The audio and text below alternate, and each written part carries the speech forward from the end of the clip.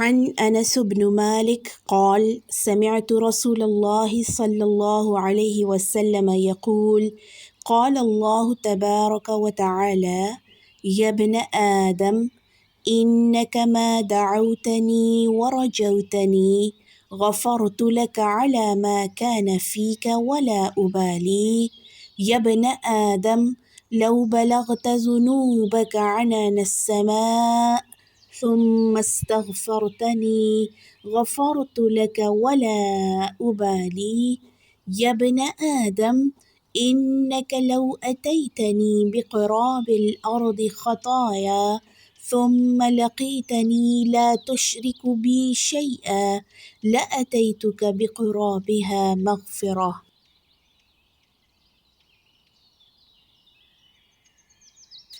حضرت انس بن مالک رضی اللہ عنہ روایت کرتے ہیں کہ میں نے نبی اکرم صلی اللہ علیہ وسلم سے سنا کہ فرماتے ہیں کہ اللہ عز و جل نے فرمایا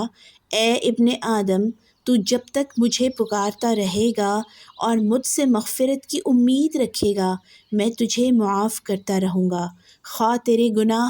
آسمان کے کناروں تک ہی پہنچ جائیں، تب بھی اگر تو مجھ سے مغفرت مانگے گا تو میں تجھے معاف کر دوں گا اور مجھے کوئی پرواہ نہیں۔ اے ابن آدم اگر تو زمین کے برابر بھی گناہ کرنے کے بعد مجھ سے اس حالت میں ملے گا کہ تو نے شرک نہیں کیا تو میں تجھے اتنی ہی مغفرت عطا کر دوں گا۔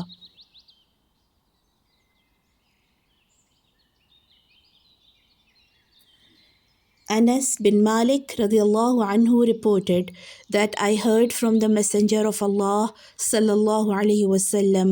that Allah the Glorified said, O son of Adam, as long as you invoke me and ask of me, I shall forgive you for what you have done and I shall not mind. O son of Adam, were your sins to reach the clouds of the sky and you then ask forgiveness from me, I would forgive you. O son of Adam, were you to come to me with sins nearly as great as the earth, and were you then to face me ascribing no partner to me, I would bring you forgiveness nearly as great as it too. Sunan Tirmizi۔